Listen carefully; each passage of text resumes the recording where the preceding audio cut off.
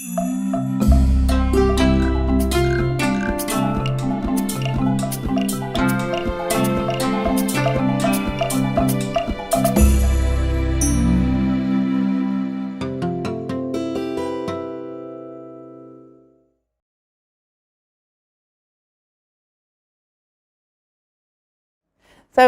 the network, C4D Network, started in 2007 as a lunch group, basically, for consultants like myself, coming out of an organization, oneworld.net I was in, and colleagues from BBC, Panos, other places. And the idea was to sort of meet together to try and support each other in this C4D strange world. And we did that for years, meeting for lunch once a month. And then we went online, created a little email group, then a website, then a social network, welcomed in international colleagues, and it just exponentially grew. So now it's colleagues in 136 countries, and people are meeting naturally where they are. So Bangkok, a whole group meets. Australia, 3 groups meet in different cities. Colombia, Zimbabwe, Malawi, Nairobi, all over. And it's member-led, and people meet because they want to discuss with each other how to work effectively in C4D. You know, who's available to be an expert in C4D when one needs, you know, expertise in a project, or just sharing information, building capacity. And it's amazing to see the energy. And then we've overlaid that with a social, a professional development aspect. So building capacity in C4D. So working with UNICEF, we've done webinars, introduction to C4D. And the idea is sort of, how do we introduce C4D broadly to other colleagues within development, and how can we build our own capacity? And through these webinars, it's been amazing because it's a group of people online, about 10, 15. Half of it is input, a PowerPoint through WebEx, but half of it is people talking to each other about their own experiences. And even though they don't name it as C4D or ComDev, they're saying, oh yeah, in Peru we're working with young people in mobile phones. Is that what you mean? And you say, yeah, that's totally what we mean. And then someone, you know, coming in from Somalia will say, oh, well, we're doing something similar with pastoralists, but we're using radio. And people, I constantly learn in every webinar. And I think that's what the network really adds. It's that mutual support and that sort of unexpected connections. So I think for UN agencies to really participate in that broader community it's a no-brainer, because it supports what C4D colleagues in the UN can do, supports everybody else. Most people outside don't know that there's even been round tables on C4D. Most people coming on the webinars, because I ask at the beginning, they've only heard about it in the last year. Well, we sort of ask ourselves, why is that? And I personally think it's because of ICTs. I think it's because of the energy around mobile, and it's like a second wave of energy. And we're in danger of being taken over by the technology, being technology-led. It's the donors and others, they're thinking through the prism of mobile projects, which is great, but we're wanting to pull people back a little bit and think strategy, people's needs, situational analysis, know what you need to do, then you choose your communication tools, and then you develop in a systematic way. But the energy is there. It's great.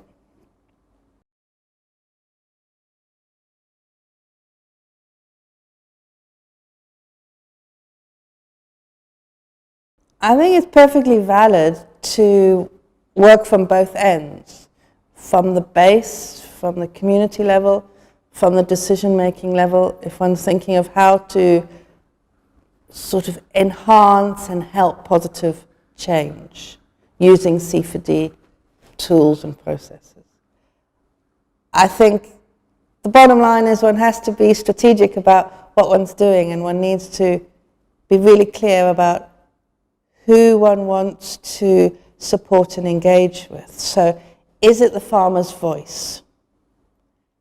If it is, and that's a very valid and a brilliant way to start, then there's certain ways one does that, using different ComDev participatory tools. If the objective is to shift policy or to sort of enhance policy implementation, then, what does one want to do? Is one trying to amplify the voice of policymakers? I'm not sure that that's necessarily what we're trying to do. Is it trying to reach policymakers and, affect behavior change outcomes? That's fine. That's policy influence. There's a lot of work in that area. I think, all of it works if it is strategically planned. And I think where it doesn't work is when you're trying to reach everybody with a message. And I think this broadcast model of messaging, has its place. It has its place in, health promotion, for instance, big sort of messaging about, Ebola, for instance. But I think at other times a much more participatory, engaging facilitation activity is the way to go. For instance, working with young people to raise their voice, to be community radio producers, so that they are leading, the discussion, the discourse in their community based on the needs of the community. It's not us putting in messages. And I think for me, that's where I'm really excited on that side of C4D, the more participatory side, participatory video, etc. And I think that is where the energy is, because ICTs are putting the power of communication in people's hands. And I think Arab Spring showed clearly that often the development sector is behind the curve, because in the Arab Spring and other instances of sort of online campaigning, it's not the development agencies and the UN agencies that are leading that. It's, spontaneous groups of young people. It's political, social mobilization. And, that's well and good. It can sometimes really backfire. And it's not for us to be, manipulating and leading things all the time. But we do have a role in supporting, change advocates to communicate. And I think that is where a lot of energy is, and I'm really excited in that area.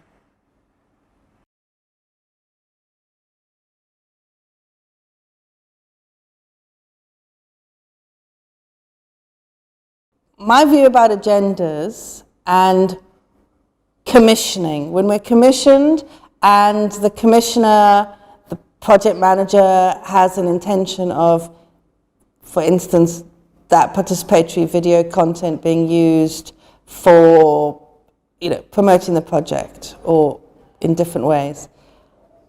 Personally, I think we need to be realistic and pragmatic, and we're working within a context of project-based work. I think the ideal is, very participatory, very consultative, very, respectful. I think the reality is that sometimes there is an extractive purpose for communications, and I think the trick is to be clear about what one's doing, and particularly being clear with the people one is engaging with. So say the community radio youth producers. As long as they know that they're being filmed to gather material about that community radio project, and they, give permission for that, then I don't see a problem in using those tools and using those instances for different objectives at the same time. I think the problem comes in when one's fudging it and when one's exploiting people.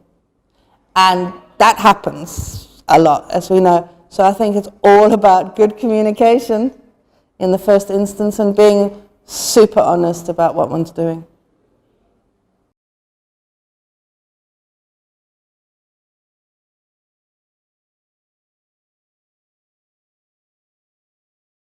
I think this roundtable has a lot of potential to have results because it's crisis time. It's now or never. It's either get it organized now or don't have any more roundtables because they're expensive and they're wastes of time if you don't actually achieve anything. And just, it was really helpful to go through the process of, recommendations from the past and what happened, because it does look as if everything stops when the roundtable finishes. And then various agencies take on bits and bobs based on their own interests or, any funding they have. And some great products. Joe Tarchi's M&E toolkit that UNICEF and others did, that UNDP publication about C4D in the UN. I'm sure there's other resources from earlier ones that I don't even know about. And I make it a point of trying to pull together these things for the broader community.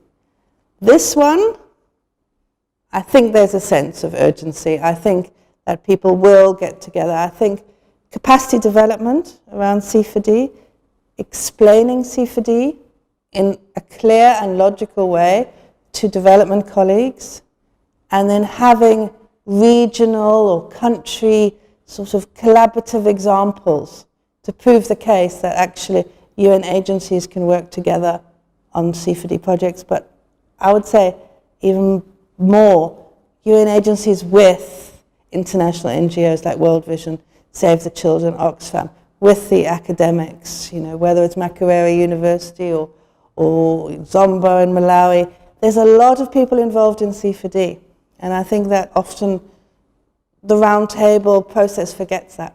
This one seemed to recognize that, and we're delighted to have been invited as the network to be here. And I think that sort of is a recognition that this is important, this is a broader community. It's now or never, let's get it organized.